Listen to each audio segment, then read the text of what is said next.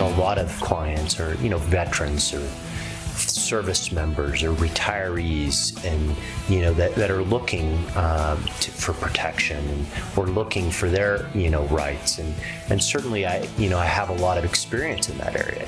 Whether it's the application of USERRA, which is an employment protection for veterans, veterans who go off to serve their country, and then they come back and they're trying to get back into the workforce. Some people don't even know it's available. When they leave, their employer still has to do the work, and so they hire somebody else to do the work.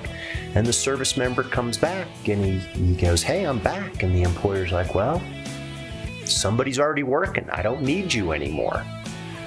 One, that's just a crushing blow to hear that. But they have to give them their job back. That's part of that contract. The service member may not know, the employer may not know, and maybe they just need to be, educated. Maybe just a little education.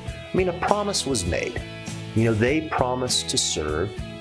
That promise that they gave included the promise to potentially die in that service. And in return, the country made promises to them. But most people just don't know about it. They're just, not aware of what's available for them. And we look to help them.